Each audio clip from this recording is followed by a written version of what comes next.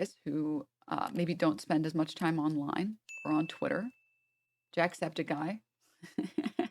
I love this combination of tweets. He tweeted out very recently saying, I've officially been diagnosed with autism. I had an assessment a couple of weeks ago about it, and I finally got the confirmation today. The next tweet, muster!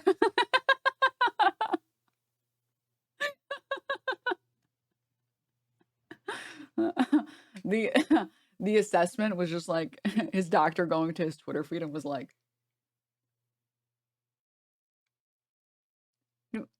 you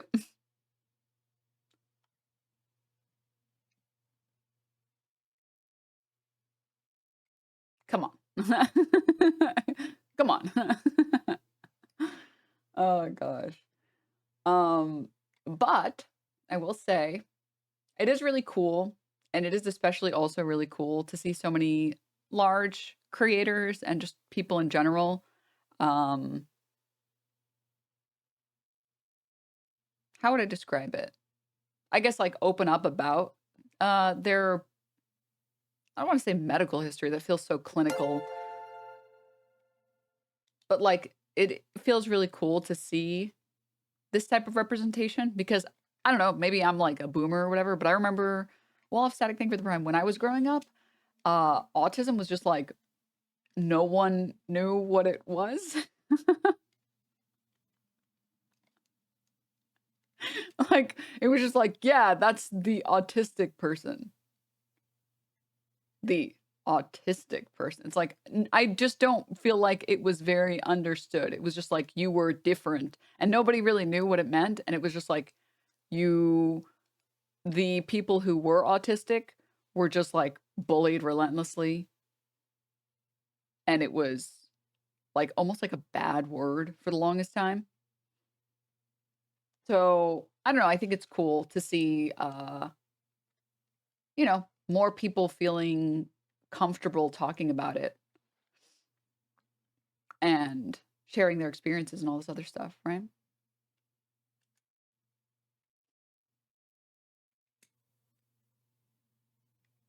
Autistic wasn't even a word when I was a kid. We just said mentally R-worded. Yeah. Some people just thought it meant that you were mentally ill. I feel like it was used interchangeably with like schizophrenic. Like I feel like I remember as like a 10-year-old, my understanding of autism was like you were something similar to schizophrenic. Sorry, problematic 10-year-old. Sorry, my bad. I've been trying to make up for my sins for many, many years. Like I understood that being mentally impaired was different than being autistic, but I didn't know what the difference was at all. I was just like, I don't know. And no one ever told you about it, or no one ever knew what it was. No one ever talked about it. So yeah, it was used interchangeably for a lot of history. Yeah. And it doesn't help that like autism is a spectrum. So there's a lot of different ways that people with autism present themselves. And it doesn't just mean that you are one thing or you're another thing or you're another thing. It's like it can be any variety of attributes. So yeah. Maybe it's because I was young and I didn't know better, but I felt like autism was more taboo 30 years ago. Yeah. Yeah. I think I agree. Also, Remy, I don't know if I said thank you, but thank you for the 5 gift subs. Thank you. Did you see the way Keemstar reported on it? Why did he do this? YouTuber Jacksepticeye diagnosed with autism. Diagnosed.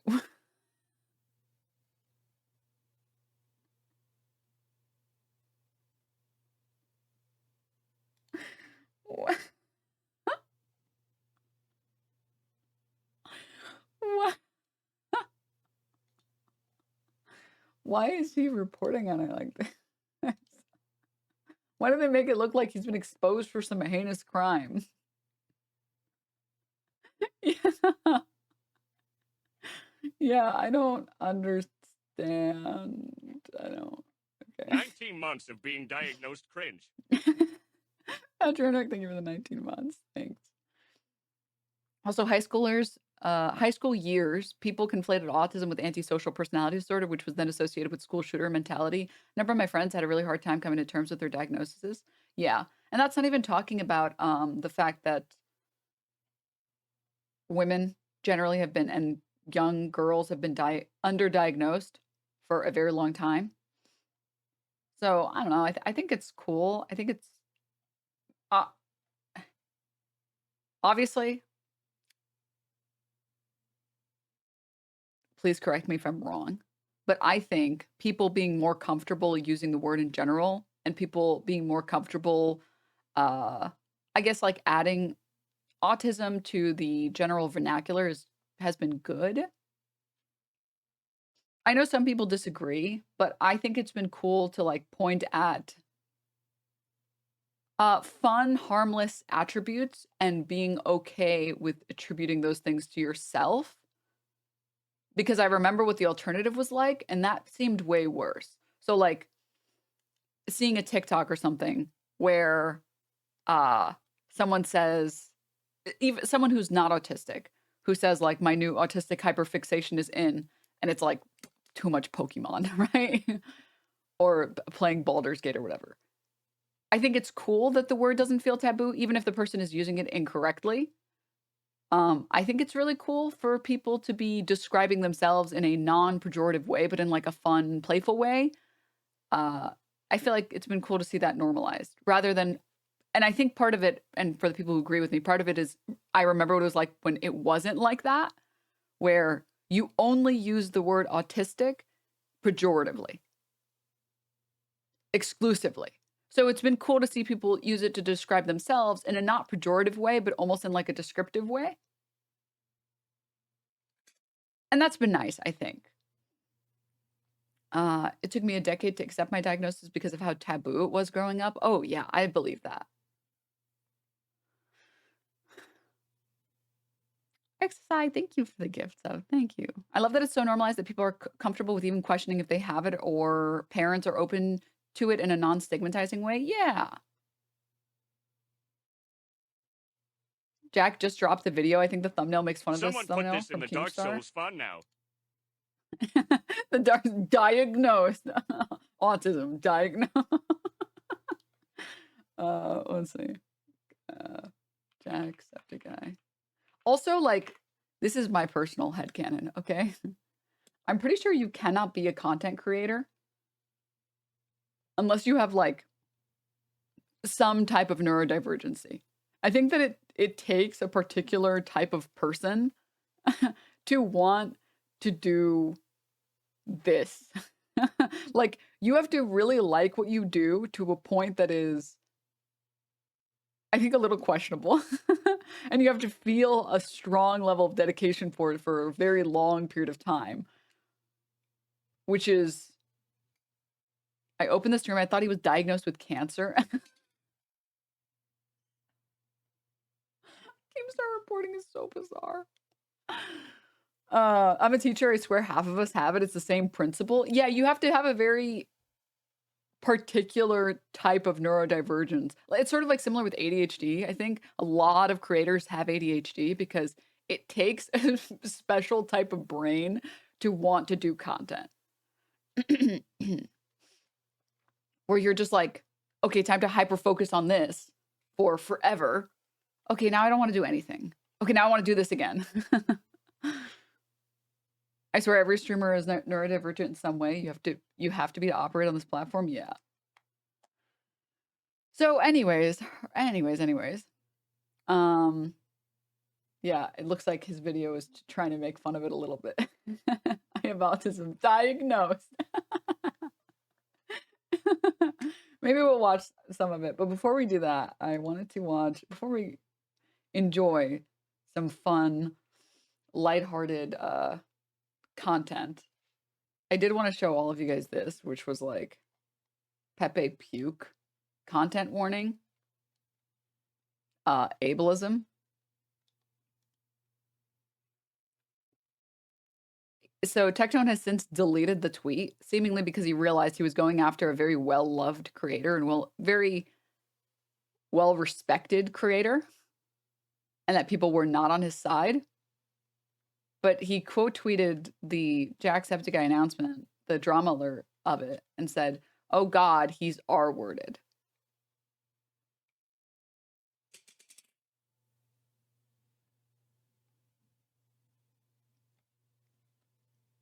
Huh?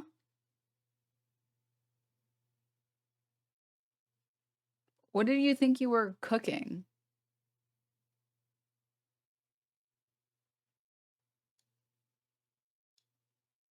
Okay. Okay. L after L?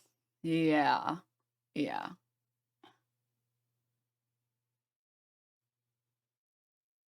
Yeah. In 2024? Yeah, I don't know. And then Sandwich 8 with this. I'm ashamed and embarrassed to share an industry with you. Fucking based, dude. Fucking totally based. Let's watch a little bit of this Jacksepticeye video. We have a lot to cover, so we might not watch all of this, but I wanted to see it. I like trains. Now that we get that out of the way, I wanted to do a video talking about a recent thing that happened to me, which was I was diagnosed with autism. I'm going to leave some time there for a lot of you to be like, yeah, duh, we knew. Well, if you knew, why didn't you tell me? No one told me. I want to talk about it because I think it's important to open up that conversation, because after having it be diagnosed officially by a doctor, a lot of people came to me and were like, oh, but you're so like social and you're so like your communication is great. And like, I couldn't tell. And I think that that's an important distinction to make, because even if I may, this has a lot to do with masking. This is also why I think it's cool that such high profile or such big creators are open to talking about these experiences publicly. Because I think a lot of people just don't understand what neurodivergence is like if you're neurotypical. Like the number of people I've had tell me that they didn't know that I had social anxiety. Please don't pause on that face. I'm so sorry. I did him so dirty. This one's better. The number of people I've had tell me, like, you have social anxiety? No, you don't. It's like, jokingly, no, you don't. I'm like, I do, man. I'm sorry. It's the mental illness, it's in there. I just fight it. I just fight it like crazy. My life is just an uphill battle, okay? The problem is I like people.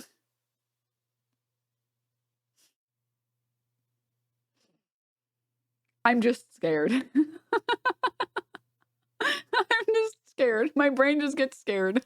It's like, oh my God, what if you say the wrong thing? What if you're cringe? Then what? What if you're cringe in front of these people once? It's gonna be all over. Okay, it's gonna be all over. It's like, you're right. I should just say nothing. That'll be way more normal.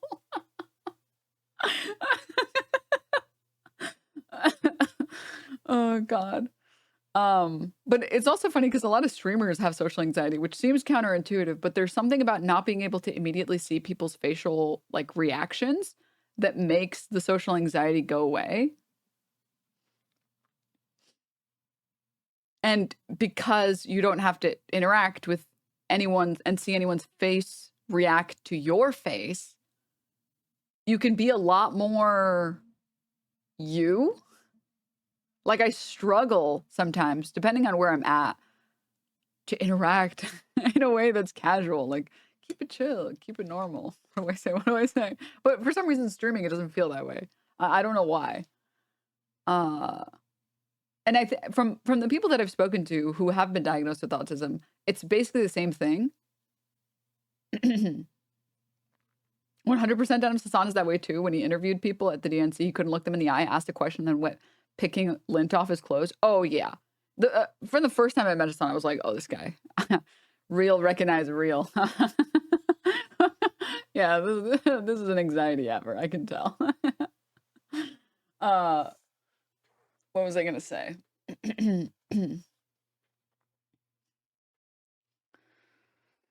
forgot what I was gonna say, but basically, oh yeah, a lot of the people I've spoken to who are on the spectrum have described sort of the same thing, which is they like interacting with other people and they like connection with other people. And so they've worked really hard for a lot of their life to learn to mask and to be able to interact with people. And being autistic doesn't mean that you can't fucking speak to people. That's not what that means. I mean, being autistic can mean any number of things because it presents itself so differently.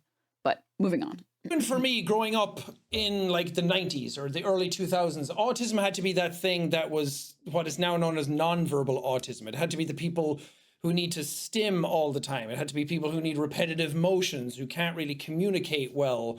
It was that like really stereotypical version of it that a lot of people still think today is what autism is. And don't get me wrong, that is part of the spectrum of it, and some people are that way, but that's not the entire picture anymore. And for me, for a long time, I was like, oh, I have ADHD. And I thought that that was the reason why a lot of the things I do are the way I do them. But it turns out that ADHD and autism are also like a Venn diagram, or like they're part of the same spectrum, or however you want to. From what we don't, our understanding of it is not very good just yet. Currently, we've started thinking that ADHD, anxiety, and autism might be more interlinked than we think that they're interlinked. But the current research that we have, the most up-to-date research, because that's still like the upcoming research. The current up-to-date research that we have is that you are more likely to have one of these other ones if you have one of the former ones. So like if you have autism, you are more likely to have ADHD and also anxiety. But now we're starting to think that actually it's not, that they are these separate things that happen to have that come as like a package deal, but rather it's that they're all more of like one thing, which is interesting. Comorbidity, yeah. Visualize it. It's basically, I don't want to say basically, but to put it like in the basic, most banal terms, they're basically the same thing. And I got tested because of my own curiosity. I just like figuring out how my body is, why I am the way I am, how I kind of like fit into different places in the world, and also just to kind of like give myself peace of mind, because when I was a kid, I was the outsider. I was weird. I played video games too much on my own. I like stayed liking the things that other people didn't really like anymore. Like they moved on, like, oh, I don't like video games anymore. And I'm like, oh, I still like love video games. They're cool. I love Sonic the Hedgehog and trains. I actually don't even really like trains or Sonic the Hedgehog. That's how no one knew I was autistic. As I got older, I was like, I have ADHD for sure, definitely. And I went and got tested for that and got medicated for that, and it didn't really work. And I'm trying like different medications right now for it. But at the time I was like, it's not really like clicking. Like I have friends and other people I know who have ADHD and they take medications like it's night and day. That's not always the case for everybody, but just some of the things they were saying about their ADHD, I'm like, yeah, I'm kind of like that, but also like a lot more. It just felt like, when I was younger, it basically felt like I was the outsider. And then when I got ADHD, I was like, I still kind of feel like the outsider. So I felt like there was something more. So I wanted to go get tested for autism. As I was learning more about it, I started reading stuff that people with ADHD can have autism as well, that they overlap with each other quite a lot. And then I was like, reading down the list, I was like, if you have autism, you likely have ADHD, you likely have depression and anxiety, you likely have intestinal issues, you likely have hypermobility and joint issues, and you likely have asthma. And I was like, I have all of these things.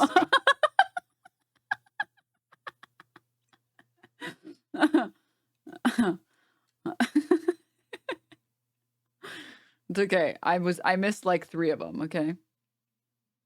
I missed like 3 of them. I'm good. I don't have asthma. Or what was the other one? Forgot. Oh, yeah, intestinal issues. No IBS, I think. I just have like a soup of like mess going on inside of me. And then as I started to understand, I was like, oh, all of these things are kind of like under the umbrella of neurodivergency. And I just thought it was interesting to get checked for different things and also just learn more about myself. And as I've gotten diagnosed with ADHD and autism, and even for me, getting diagnosed with autism was just such a massive positive. He was talking me through it and was like, some people react poorly to it. Some people don't like to be confronted. Some people don't think they have it and are a bit in denial about it. And I was like, I see this as nothing but a win. I finally have like more answers about myself, why I am the way I am. And not just for other people and where I fit in with things, because like it doesn't change anything about me. I'm still the exact same person I was. But for me, it makes me go easier on myself having these diagnoses, about the conditions that I have, like knowing that I'm autistic, ADHD, ADHD as they call it, makes me go easier on myself, being like, okay, that's why I couldn't really keep up in college, because my brain just kind of like works at a different pace. It doesn't really study things the way other people study it in a neurotypical way. And it's made me like recontextualize my life a lot more and made me just feel better about myself. And I think that's the biggest thing that I've taken away from all of this, because I've lived with it for so long now, 34 years of my life, that like it's also fucked up because, so for example, having ADHD for me, the opposite can also be true. Where there was no shot, there was no universe where anyone would have ever diagnosed me with ADHD as a kid, because I got perfect grades. Because I had the subjects that I loved and that I hyper-focused on like crazy. And I loved being there and I loved paying attention. And I was super, like, I was literally ahead in all of my math classes because I just loved math.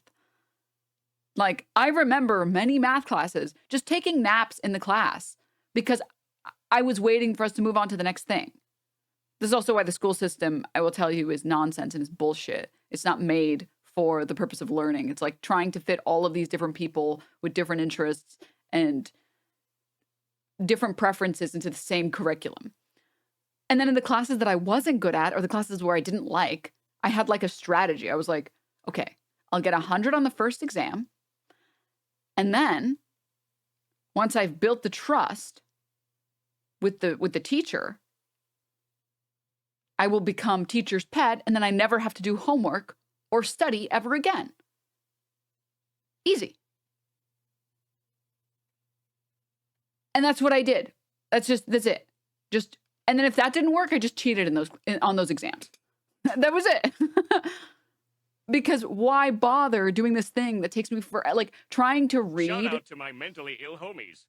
Trying to read history or like English. I remember I hated, but English teachers, a lot of the English teachers I had sucked ass. And with English, I feel like, I mean, with all the subjects really, when your first introduction to that subject is through bad teaching, you will learn to hate the subject. And that's what happened to me.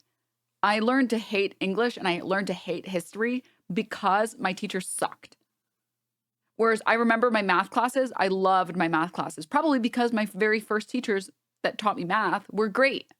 So I remember trying to sit there and like do the homework for like my history classes, and like I couldn't get through it. And I just gave up because I was like, this is too much work. Like I am pulling teeth to get through this work. I'm not doing this. I'm just going to cheat on my test. This is stupid. This is a waste of my fucking energy, which is what I did. which is what I did. So no one would have ever diagnosed me with ADHD because it's like, well, it's not getting in the way of like your school, but it's like it was getting in the way of my school because I couldn't fucking concentrate in these classes that I hated. So I just gave up on learning in those classes. So anyways, yeah, my math teachers were scary, strict ones. I had one bad math teacher, but the rest of them were great.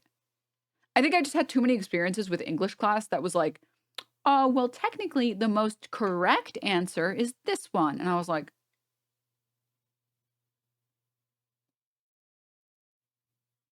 I hate you. I hate you. I hate you so much. And that's why I loved math so much, because there's only one right answer. You either got it right or you didn't.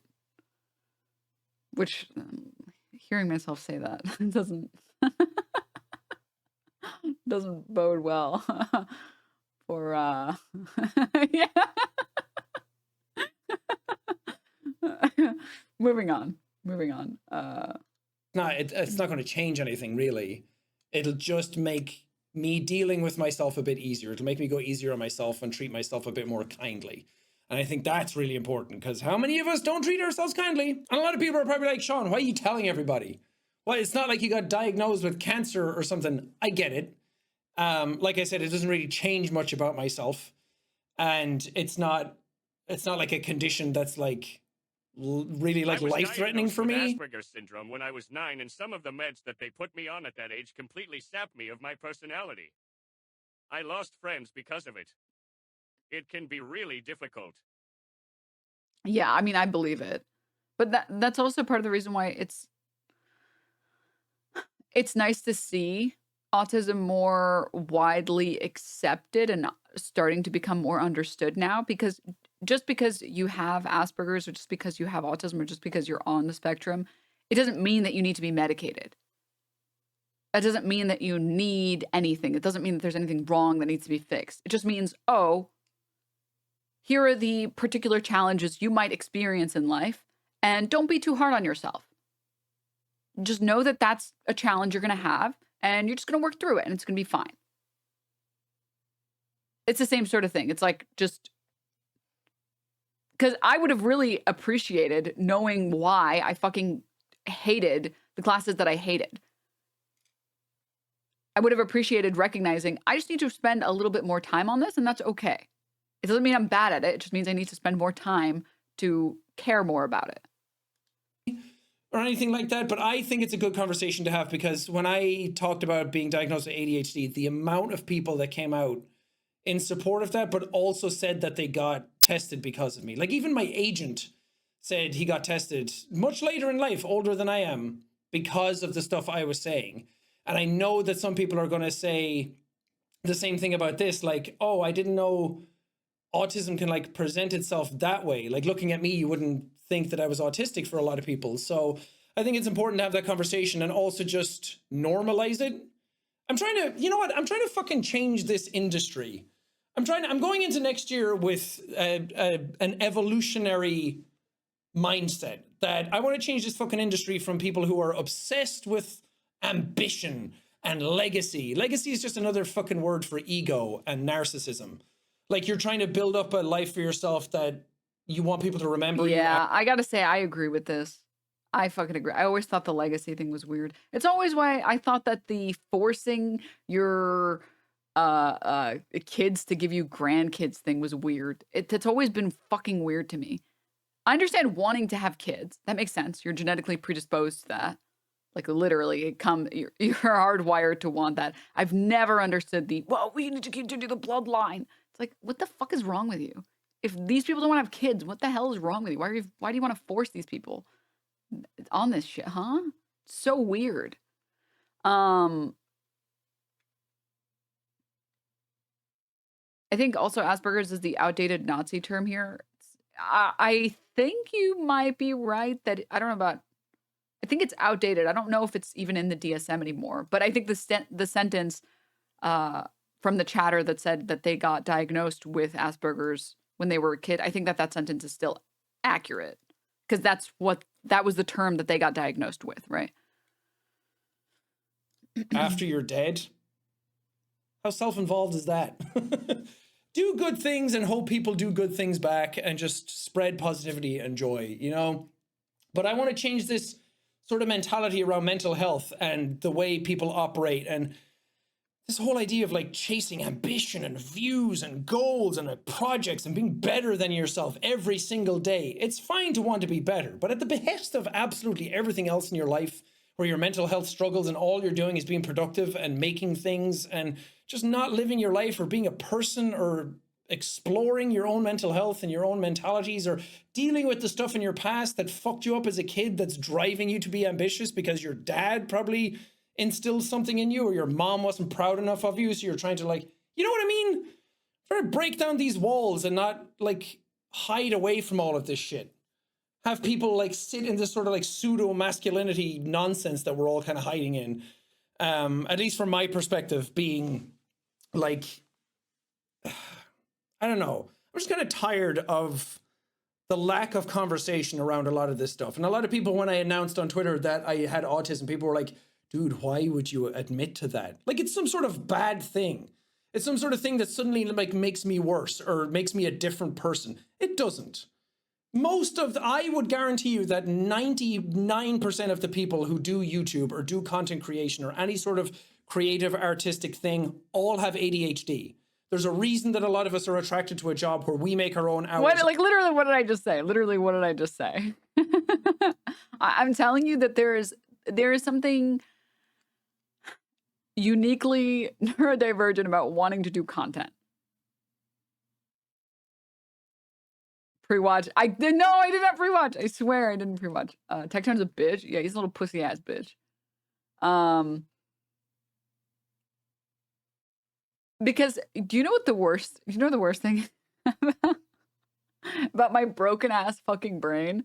In the month that I was banned, when I was unemployed, I was really enjoying the like free time I had again.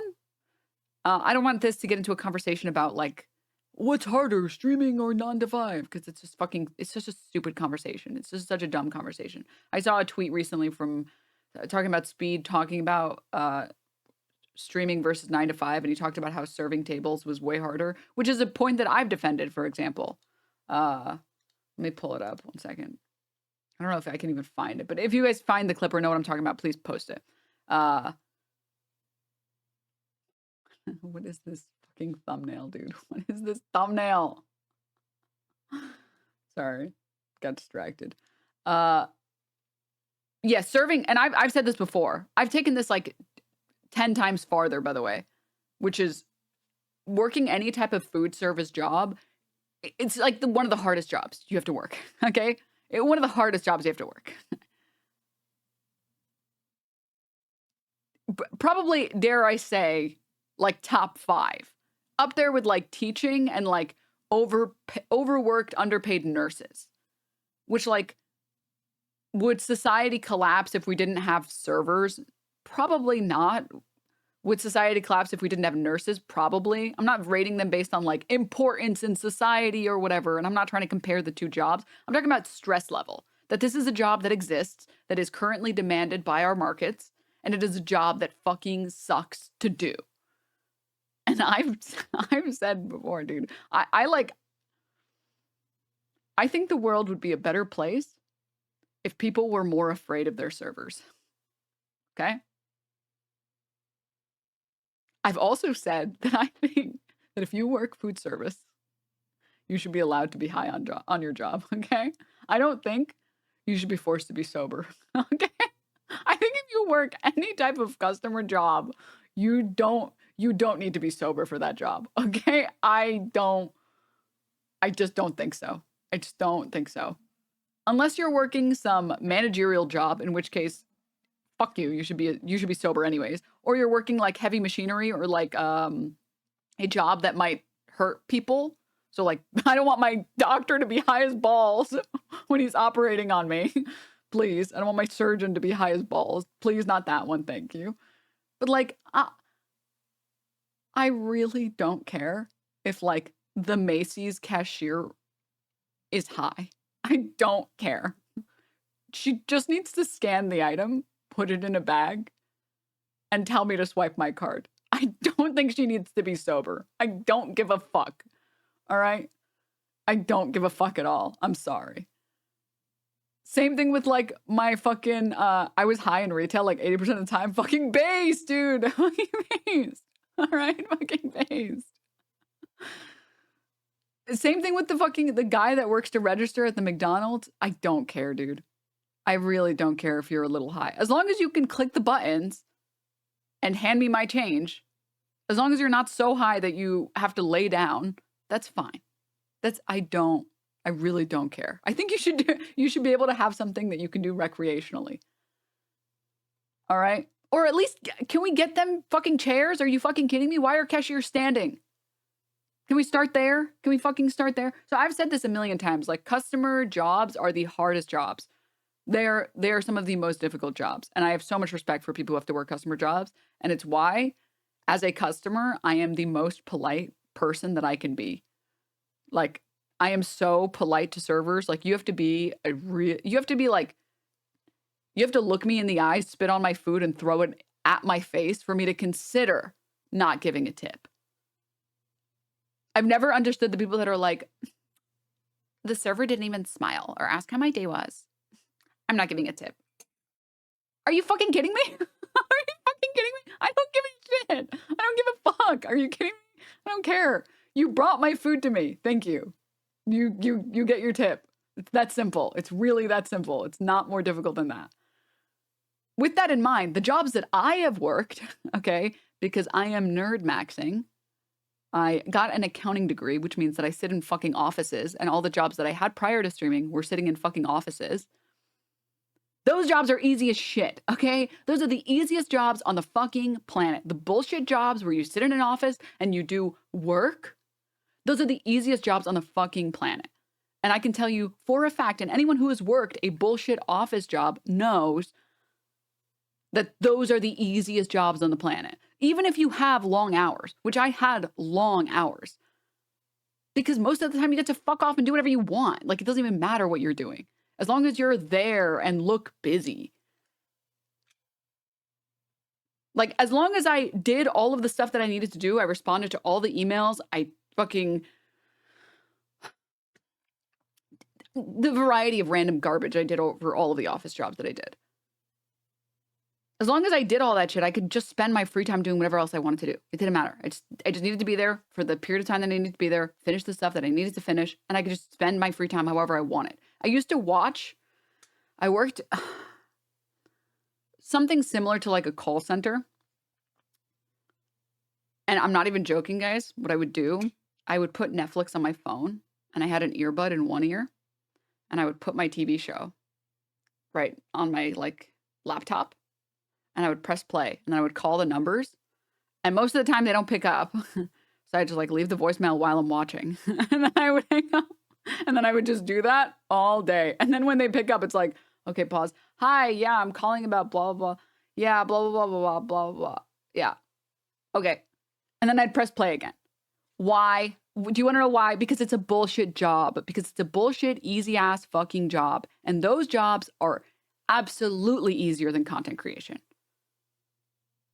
I do that with you. Tuesdays and Wednesdays kind of suck. Fuck yes, dude. That makes me so happy to hear. Okay.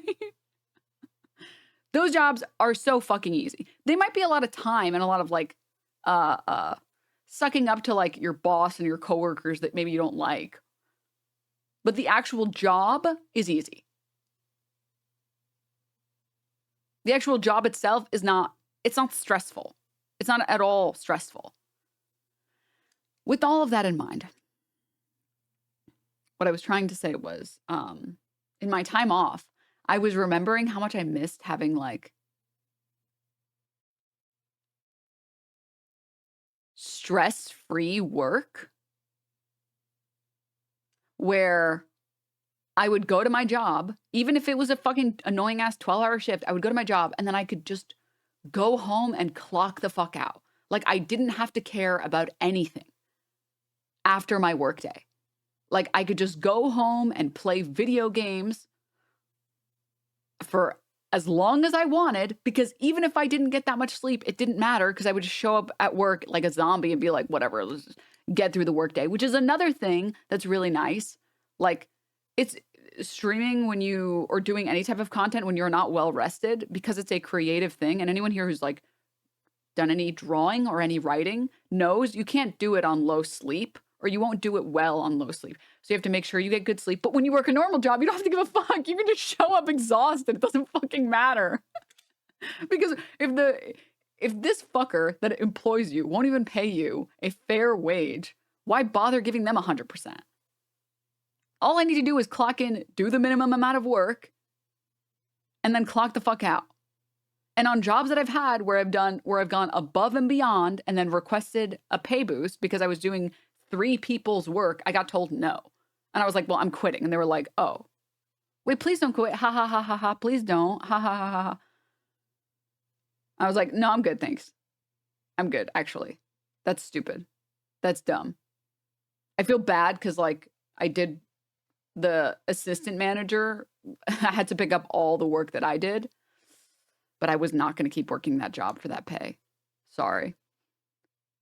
Minimum wage only gets you minimum work. Yeah. Yeah.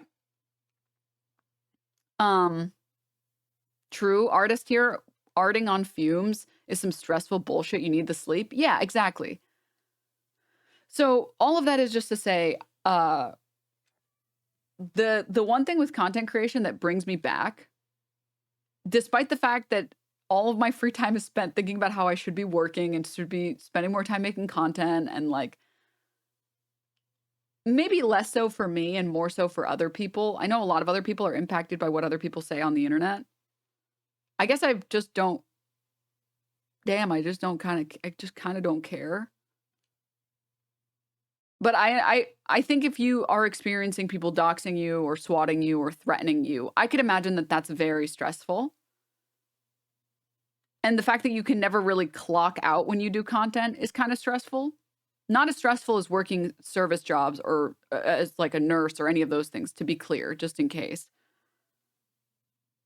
But the thing that brings me back to content is that when I work, normie work, when I have a normie job and I have all this free time and I get to play all these video games, I get sad that I'm just not doing anything creative. Like, I'm just like, I want this fucking stupid hyperfixation that I can put all my soul in, and then I could try really hard to make this content that people will like. And when I don't have it, I'm just so sad that I don't have it, which is definitely mental illness, which is definitely neurodivergence. And I promise you, a lot of other content creators, they have to have the same brain rot that I have.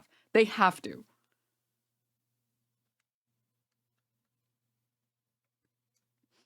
Cutie last night was stressful. Sorry if it was already mentioned. Oh, did Cutie have a stressful stream? Oh, that's sad. Working in retail is soul draining. I hate the holidays. Dude, I'm telling you, dude, retail workers should have a gun that they're allowed to use. Like, retail workers should have body cams and they should have a gun. And they should be able to tell customers, I need you to stop screaming at me or I am legally allowed to shoot you. And then if the customer keeps screaming at them, I think you should be able to, okay? Actually, I think people shouldn't feel so comfortable screaming at service workers. I think it's insane that people feel no remorse treating other human beings like shit. Fiesta Femboy, welcome. Anyways, that's just so that, sorry, the body cam is that so we can shame the person who was screaming at the social worker. I mean, at the service worker, to be clear. Maybe just pepper spray. I'm just saying, it's America, okay? All right? I'm just saying. No, seriously, I will say this, by the way. Like, service workers, their job is so hard. Their job is, I feel so bad for anyone who works retail or food service. I'm so sorry. I am genuinely so sorry that you have to deal with so many fucking annoying customers and that you don't get to tell them to fuck off. Because you should be allowed to tell them to fuck off. You totally 100% should be allowed to.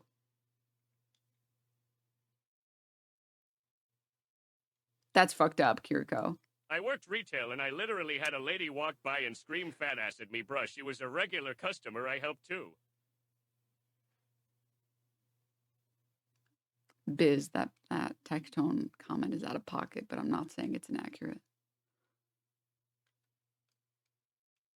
The customer is not always right? Yeah. The customer is always right in matters of taste. Actually. Hi, Denims. Hope you were having a nice day. Mars, thank you for the 6 months. Thanks. All right. Let's watch a little bit more of this video. Now, all of that was just to say, I'm still drawn to content despite the fact that I stress more about more things than I would not doing content. And despite the fact that my life would be more simple if I didn't do content, and I would probably make about the same amount of money just working as like a CPA, I'm drawn to content because there's something appealing about creating something that I enjoy making and that other people enjoy watching. There's something that is like very fulfilling that I need. Joel, thank you for the 5 gift subs. What the hell? Thanks. Thank you. And we get to communicate with people through a camera rather than having to be in front of them 24/7. You know, there's a definite pattern to this non-conformity aspect of like not wanting to do a regular 9-to-5 job, so you sit in front of a camera playing video games, or, you know, and I bet you like half of those people probably have autism, and they just don't realize that that's what autism is, like the way it presents itself, and it's the sort of terminologies and the paperwork and everything about it. The conversation around autism and what it is completely changing. And 10 years ago, I wouldn't have even said, I mean, even 5 years ago, I wouldn't have said that I had autism. And now here I am where I'm like, yeah, the signs were all there all along. And the way it presents itself in me is not so much, apparently my communication is good, but people don't realize, like, when I'm conversing with people, I'm going through like a million different things in my brain. I'm overanalyzing the way I am. I'm overanalyzing everything that I say. I'm pushing everything through a filter in my brain. I'm reading everyone's body language all the time to like see where things fit in. So I always say that I'm a really good judge of character because I'm like hyper analyzing people all the time.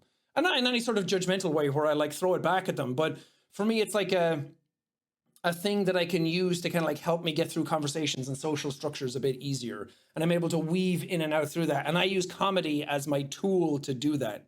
I can like sit down in a group of people, use comedy, and within 5 minutes, I can get a beat on everybody and I can figure them out. And that, that's my superpower, guys. I have autism. I have superpowers. But also with me, it's sensory things. Like I've talked a lot about, like, let's say BB goes for a poop in the kitchen. I can smell when he goes to the bathroom immediately. I can pick up on the smell of shit a mile away. I'm like a shark with blood in the water. And then if he like shits on himself or something, I'm like, Evelyn, you got to clean it up, because if I look at it and smell it and touch it, I gag nonstop. Like I want to be able to help, but I can't do it. I will gag crazy. With certain foods, I'm a bit weird with like the textures and the consistencies of them. So for me, it's like a lot of sensory things. But apparently I'm doing masking like all the time. So it's really interesting. I think it's interesting to see like a lot of the stuff that people talk about like in social situations and like, no, I'm just introverted and all. You probably are autistic and you just don't realize it.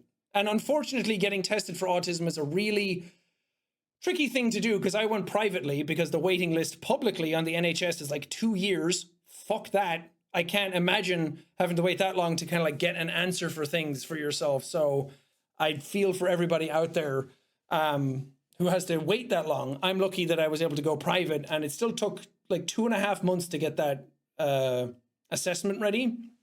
And the assessment was fine for anyone who's thinking about doing it. The assessment for me. This is why I also think that the people who say, oh, it's so easy, everybody's autistic now, everybody's getting overdiagnosed, blah, blah, blah. It's like, no, dude.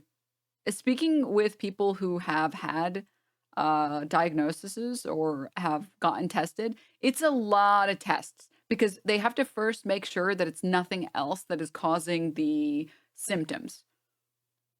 And that's not even talking about the money. Like, so one friend of mine who has like auditory, I guess like issues, I think you would describe it that way. They had to like test to make sure that her hearing works this way, and that like it's not that she can't hear, or it's not that she has ear damage, and it's not that she has something else wrong,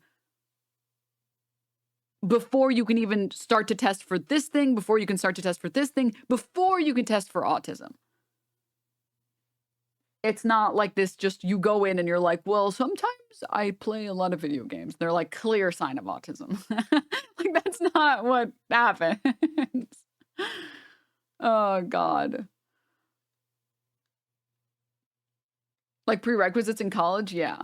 Like I know for a fact the audio stuff. Oh my God, dude.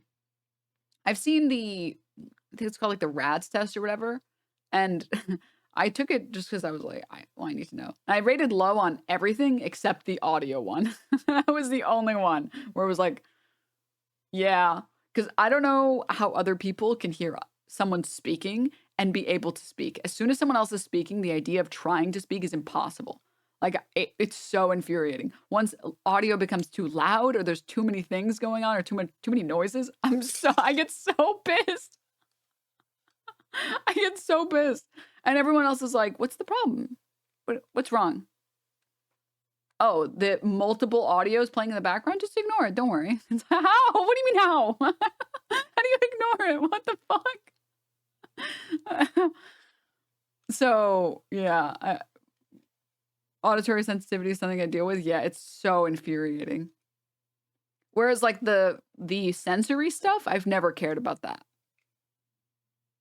I'm pretty sure I dislike the bad sensory stuff as much as anybody else. For me was go in and sort of like break down your life in a way that is like, were you always like this as a kid? How did you play with other kids? How did you interact with other people? Were you shy? Were you communicative? How did you imagine your play when you were a kid? And now as an adult, how do you interact with other people? Is it difficult to like keep eye contact? All of those types of questions that you kind of expect will be asked. But there's an assessment form that they go down through that actually is like graded. And for me, one of the scores, there was like a couple of things that I was being scored on, but one of the scores was like, the threshold was like anything over 100 is probably autism spectrum. And I scored like 121. So it wasn't like a crazy high number, but there's definitely like the traits are there. And you're not really supposed to say like moderate, severe, or like high functioning and all of that kind of stuff anymore, because it's kind of degrading, but you can kind of like figure Yeah, out. it's also rude as fuck. I mean, just think about it. It's rude as fuck to say high functioning versus low functioning. That's fucking... I can't believe anyone ever felt comfortable saying that shit.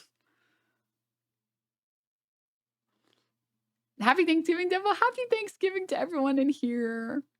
I wanted to do like a little poll and see how many people are celebrating or not. Where I am on the spectrum with a bunch of other like terminologies. But the assessment I found actually quite interesting because it...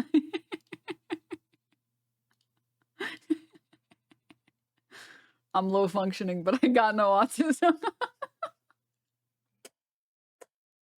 Is some people don't like breaking down their life and like confronting themselves in that way, but I quite enjoy doing that. I'm a very introspective person, and I like kind of figuring out how I tick. So I thought it was an interesting assessment to go through, but it wasn't scary or anything, at least not for me. So I would say if you're thinking about doing it, but you're kind of like apprehensive about it or scared of it, go for it.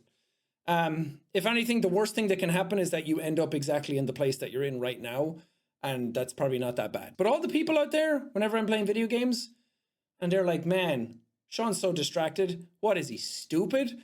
I was pulling my hair out every time he did this.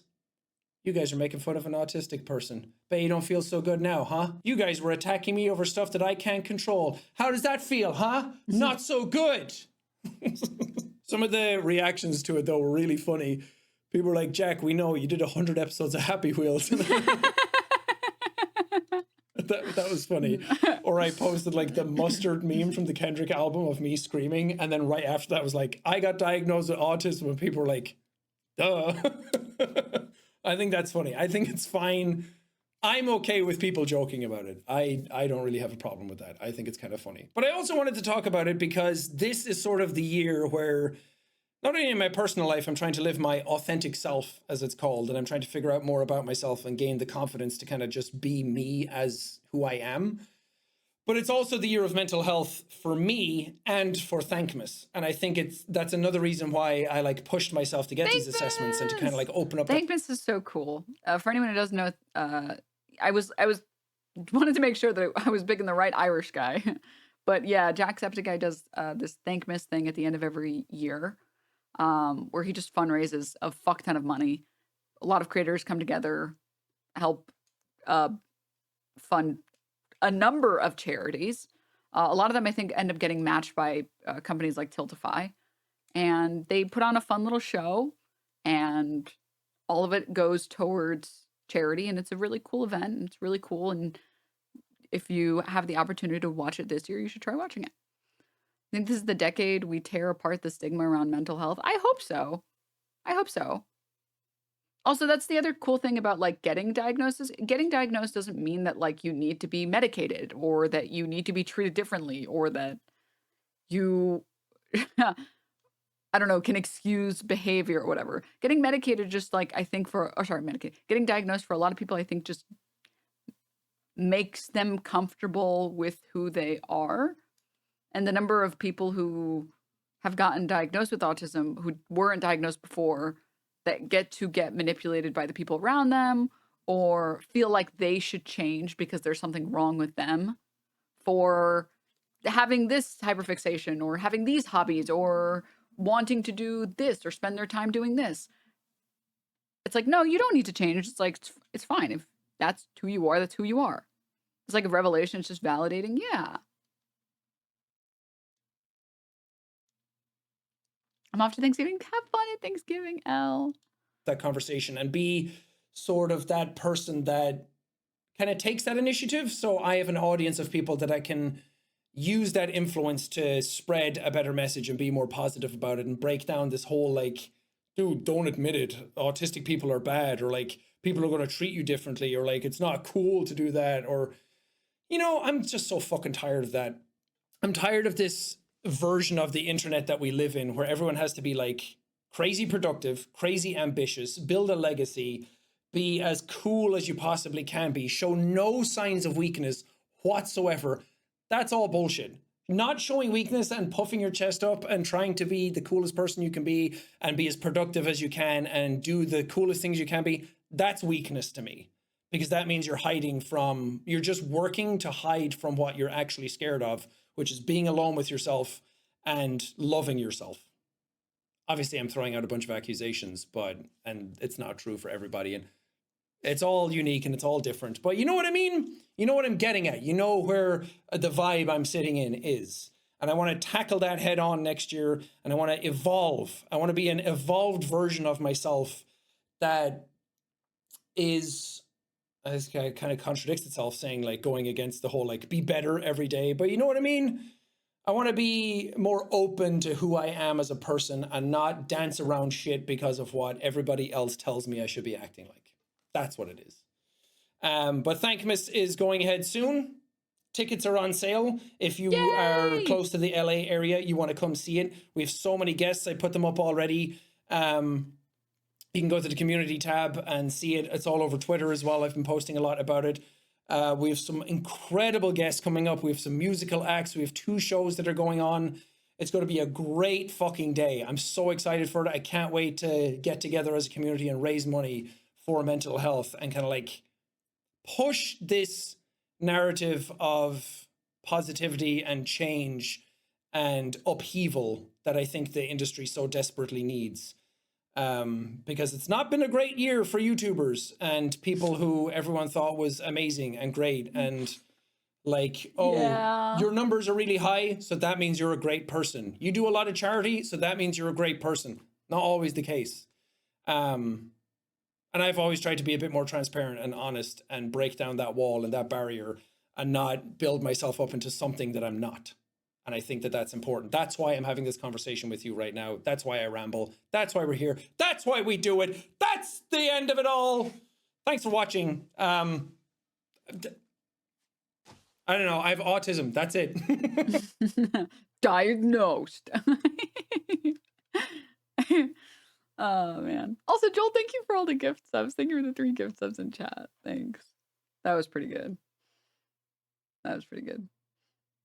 Yeah, this is the Thankmas link that I could find. Here, if you guys want to see anyone in the LA area. The last time, I think I went, if I'm not mistaken. No, I think I was gonna go and then something else came up. I went to a different thing that happened around the same area. But I think I was supposed to go to it and then I forgot to go or something came up. I don't remember. But it's a very cool production that they put on and they try really hard. Here's the official Twitter page. If anyone is curious, has the official live stream and everyone that they're going to bring on and stuff. It's really cool. A lot of really cool people going to be on. Try Guys will be there. Rambo, Myong, Jarvis Johnson, Chad, Aaron Hansen, Captain Sparkles, Ethan Nestor, Ludwig, Pokey, Saikuno, Valkyrie, Ted, Cutie, Sea Dog, Jack Black, Michelle Carr, and Burleezy. I know some of these people. You didn't like Jack's YouTube video. Sorry, you're right. Here we go. Sorry. There we go. Sorry. I'm sorry. I did it.